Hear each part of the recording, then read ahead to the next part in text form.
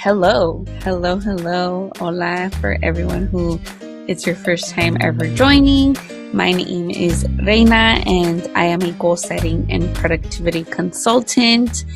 And I love to help people, set their goals and be more productive in their life so that they can overall enjoy their life and to have more time freedom and focus on spending more time with their friends and family and all that fun stuff. But still growing your business and still making money and still growing, right? So that's what it's all about.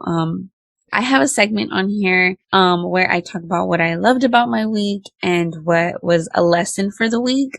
So I'm going to start off with what I loved. I love that kind of some backstory and some context for those that don't know. I hosted an online Latina Lifestyle Legacy networking event through Zoom about a month ago, and I had them all join a challenge where they were going to be posting what they had to choose a goal and they had to pick a habit that aligns with that goal. And they had to also tag their accountability partner and tag Latina Lifestyle Legacy. So this was going to be like almost like 31 days of them doing this challenge. And if they missed one day, they weren't going to get the prize. And the prize was that I'm going to donate $150 to their whatever self-care activity that they decided to do. So this is going to be super awesome. And they already completed this challenge. And I'm going to be announcing the winners in the next online Latina Lifestyle Legacy networking event, which will be September 14th on Wednesday. We'll see when we get this episode out, either Tuesday or literally Wednesday. But if you listen to it before 7 p.m., you have time to register and join. And I do plan on doing these monthly, so make sure that you either let me know or even if you register, like you'll be able to get notified for the next one. So that's honestly what I loved about my week. I loved that there was like so much community built, even if it was like online. And I think, also a lot of them never had met each other. And a lot of us, like, I think really felt a connection with their goals and just like cheering people on. And I really love that with, yes, a little bit of competition, but it was like healthy competition, right? So that was awesome. And just seeing so yeah, I'll be selecting the winner and I will be announcing it at the event.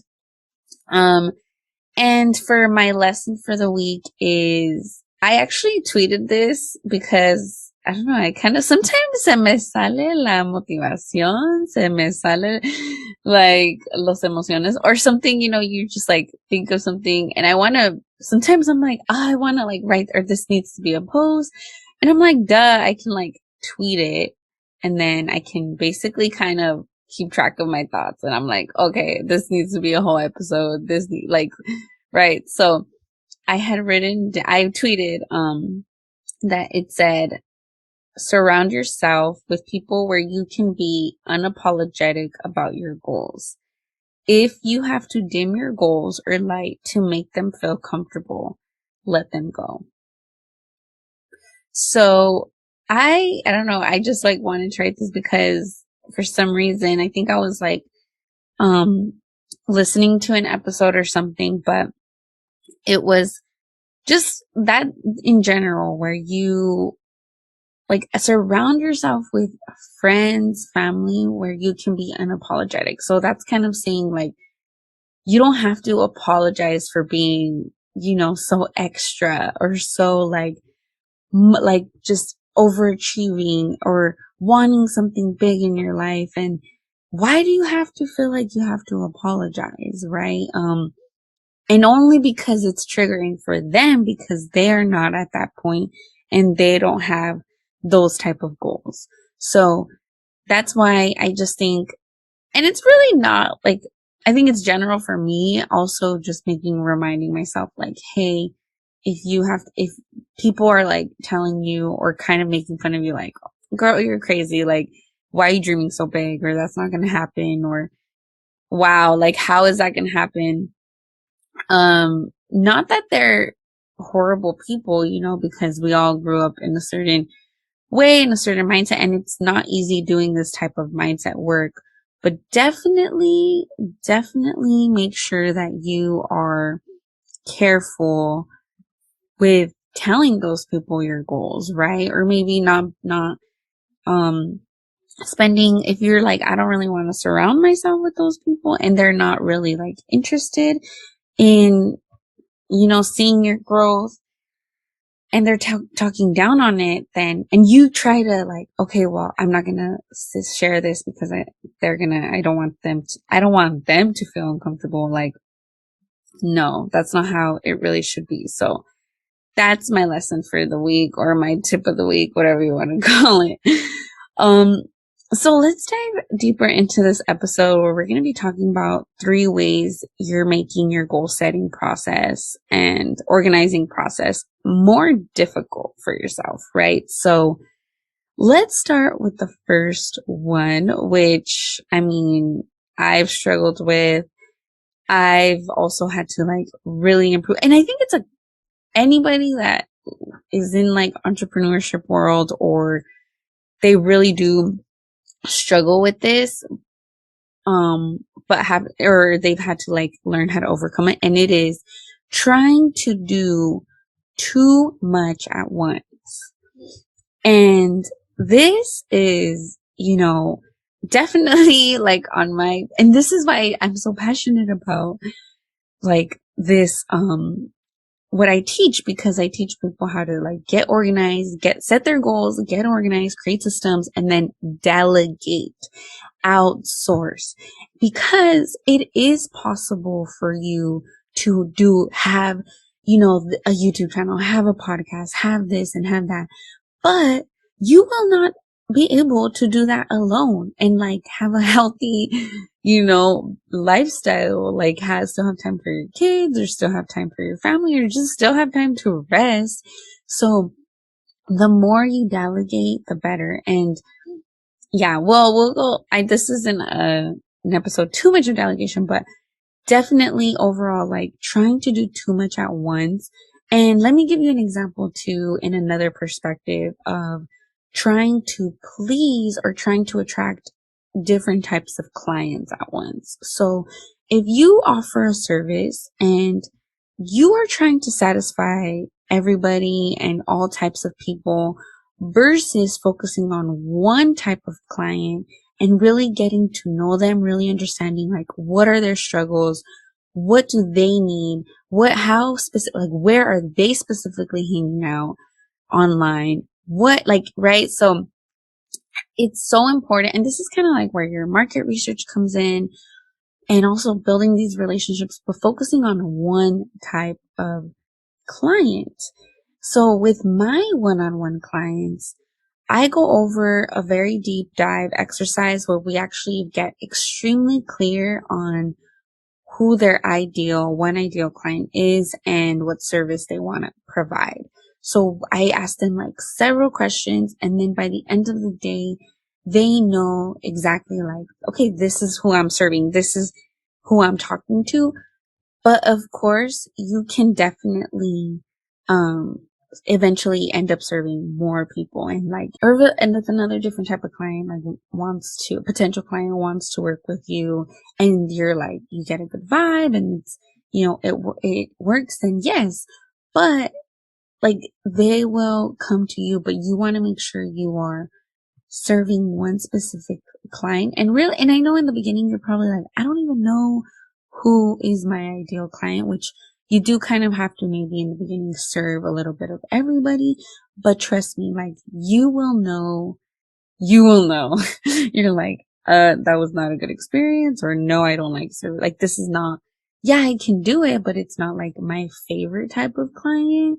That's where it's also important, because it's important to be, I mean, yes, like the client is paying you, but you're also offering a service. So it's okay for you to be pretty picky too with your clients. I am pretty picky with my clients, because I'm going to be working one-on-one with them. And this is not only like a little one-time thing. It's like we meet weekly. We really dive deep. Like, and if we are not aligning and they're already like just complicated, it's just like, I'm not, hey, like this is not going to work, or I don't think I'm the best consultant or coach for you. So that is okay, because then you are basically, and this is comes to saying no, and saying no will help you stay more focused. Because if I'm saying no to this person, I'm saying yes to the other type of person that I want, or I'm saying yes to this exact goal that I'm going for. So definitely, I want to challenge everyone to say no more, because I know all of y'all be saying yes so much to so many things, and I want you to really like, if you genuinely don't want to do something and don't want to go or don't want to, whatever it is, say no more. Let me get some water, because yes, she thirsty. So, say no more. And yeah, I want to challenge you, because it's not that easy, but you will thank me later, and you will thank yourself later, like, oh, thank God I didn't commit to, like, overcommit yourself and spread yourself too thin, because it's so, so, so stressful and it's overwhelming, So definitely, just keep that in mind. So the next thing is, in order for you to, 3 ways you're making your goal setting and organizing process more difficult. For the second one, it's not having that right community / accountability partners, / friendships, like basically the people that are around you that you talk to. This is so important, because some days, you set a goal and you are not going to feel 100% motivated or focused or, wanting to do it. It's obviously it's a goal that you have to put in time and energy for. And sometimes it's not that easy. So making sure you are surrounding yourself with the right people, with the right energy that basically is going to still motivate you and push you to be around these people. And I mean, this quote's always like stated, surround yourself. If you are you are the average of the 5 people you surround yourself with.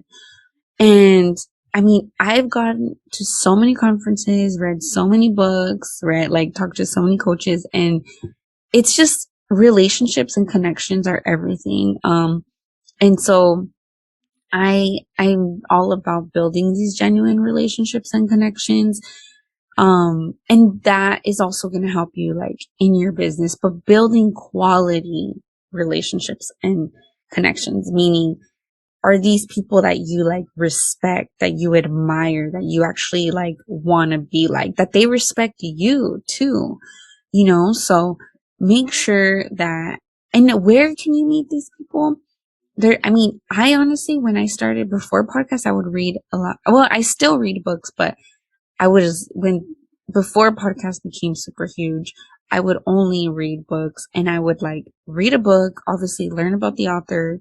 They usually had a Instagram. I would follow them. And then eventually probably they had a podcast, and then they would interview guests. And like, I would slowly but surely like start following these people, and, maybe somebody would host an event or something. And then I would meet people that obviously they're like-minded, because they ended up listening or reading or finding out about that person, that book. So it's just like going to events, investing your time at going to online or in-person networking events. And that's why I host mine, because, and yes, it's online, but you can still make great connections. And I actually came up with like a networking template basically for everyone to make sure to connect with somebody, to connect with people once the online networking event is done. But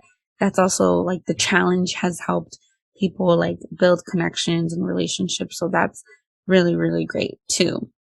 Well, this is one thing too, like the whole accountability part, when it's basically like this is where you can either accountability is, hey, like someone checking in on you, like, what did you do? Or how are things going for with the specific goal that you committed you were going to do?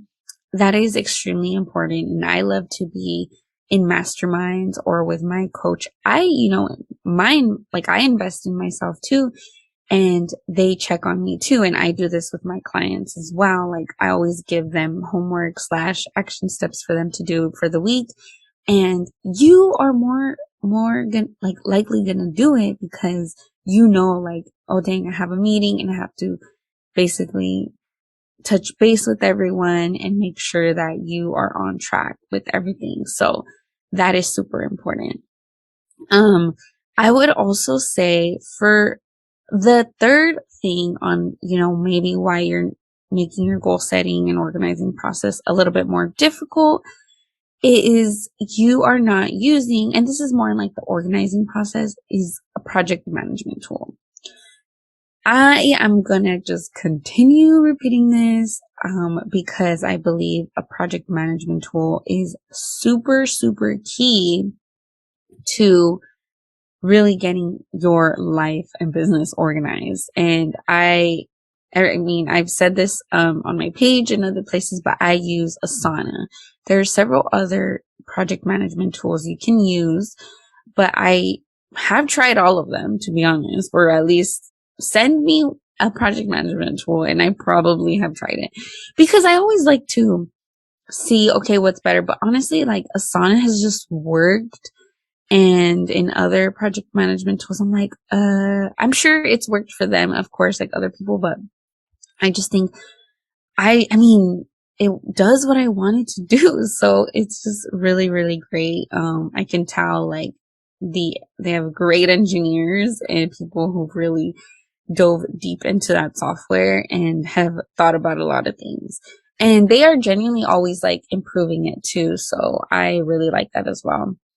So a project management tool, it's basically like a planner, but really for online, and it keeps you organized on your tasks and with your goals. But what's really awesome is that you can actually like set deadlines and you can set a due date and you can also add other people to that project, which is incredible because let's say you're working with a client or you have a virtual assistant or you have somebody else on your team that you want to add on this specific project. And, like all of these tasks need to get done, but you want to make sure you want to be aware of where they're at in the project. And so that is where you can communicate.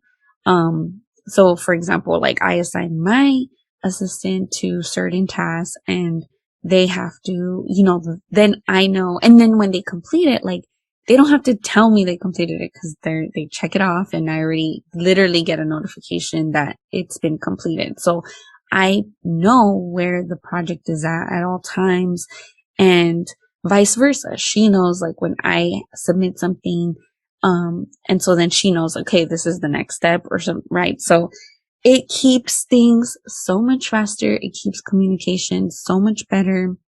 It helps me delegate. Let's say I'm like, okay, these are all the things I need to do. And I can easily just be like, hey, can you do this?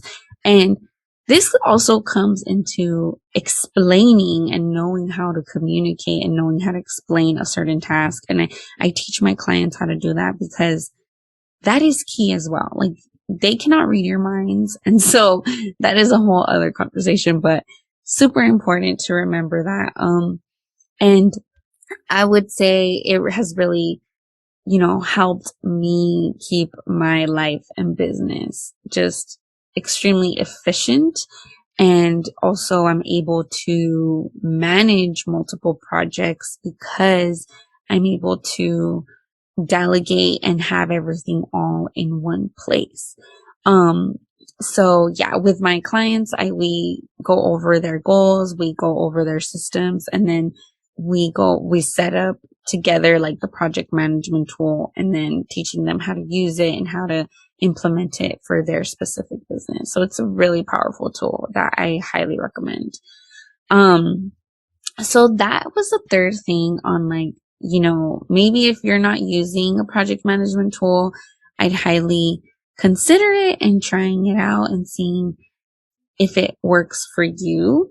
And also if I really recommend, if you can, like booking a strategy session with me. Maybe you're like, I don't know how to use this thing, or, we can eventually work together, because there is a slight learning curve, but trust me, it is super worth it when you invest time into it. And there is no entrepreneur, like, with a big team that doesn't use it. I worked with many digital marketing companies, different companies. They all use a project management tool. Like, they either, so this is like, it's needed when you have multiple people on your team. And it's good to learn. Let's say you don't have multiple people. It's good to know first, like, how to use it, so then you can easily teach people on your team how to use it. So for the next part of this podcast, I do have an anonymous podcast question that was submitted. It's because, we have in the show notes, you're able to submit any anonymous questions you have. And and this one, I think, this one I thought it was like pretty straightforward and simple. And I actually had like 3 people ask me the same question. So I was like, okay, people really want to know. And the question is, how do I choose my podcast guests? This is a really great question. So I know, because they're kind of like random, right? Or like, well, of course, I love to not have like the exact same type of people, and just have different type of businesses and interview them. And honestly, it is, again, about building these connections and relationships with people.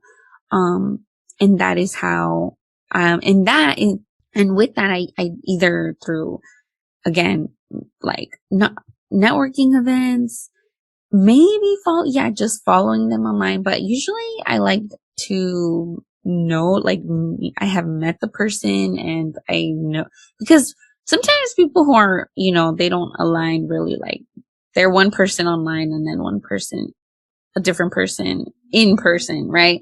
So, I really am big on like either meeting them first, or but there are exceptions. There are people that I'm like, damn, they're really cool. Like, they're genuine. Or I've scheduled a Zoom with them and kind of get to know them a little more. So that's how I've honestly, or I listen to podcasts and then I like to ask them if they'd like to be on my podcast. So all of that fun stuff. So that's how it's really been, like, honestly, building these connections and networking events. And it's been pretty organic, I would say. Like, I think before I would push myself to have guests on, but now being like just me doing the podcast, I definitely want to be a little bit more picky and intentional. Basically, like, I want to do more solo episodes, but of course, if there is a guest that I'm like, wow, like, you should be on the podcast, like, I really want to share, you have something to share and value to share to these people, like, please join us and then be on the podcast, versus like, okay, I have to find, like, I don't know, I don't want it, I just want it to be a little bit more organic. And I think you guys will feel it also in the episode, right? So that's that's how I get guests. And then that whole process of asking them. And I usually send them an email or a DM, but official invitation through email. Just, it's like more professional. And I have them like submit an intake form, and it is definitely a little bit more like planning and organizing and, scheduling them, on a time that works for both of you.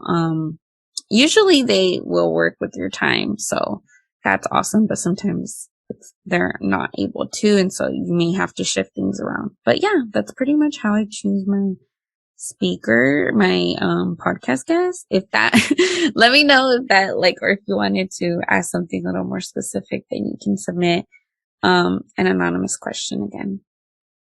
And just some closing things that I wanted to include is to please, if you can, leave a podcast review on Apple Podcasts. So I don't know where you're listening to this episode from, but if you do have basically an iPhone and you are listening on Apple Podcasts, you can leave a review there, and you'll be able, if you like scroll down, you'll be able to like leave a review, and that really helps me in getting this podcast out there to more people. So I would greatly appreciate that. And you can also follow Latina Lifestyle Legacy Instagram, which of course will be in the show notes. And also we actually have this, if you prefer YouTube, we have this episode on YouTube as well. It is only the audio, but it's still pretty much the same. But if you're just like, I don't know, for whatever reason you prefer YouTube, you can definitely do that. So yeah, the YouTube channel is Latina Lifestyle Legacy, and you can subscribe there, and then also listen to the episodes there as well. Lee, if you are interested in the free strategy call and want to discuss a little bit about more where you're feeling stuck, I am more than happy to do that. I love connecting with all of you, and you can set up the strategy call either with the link in the show notes, or it's in my bio, or you can send me a DM and like we can connect through there as well. So you can share with me, how you're feeling and where you're stuck, and then we can set something up. So I hope you got value from this episode. And I will talk to you soon. Bye.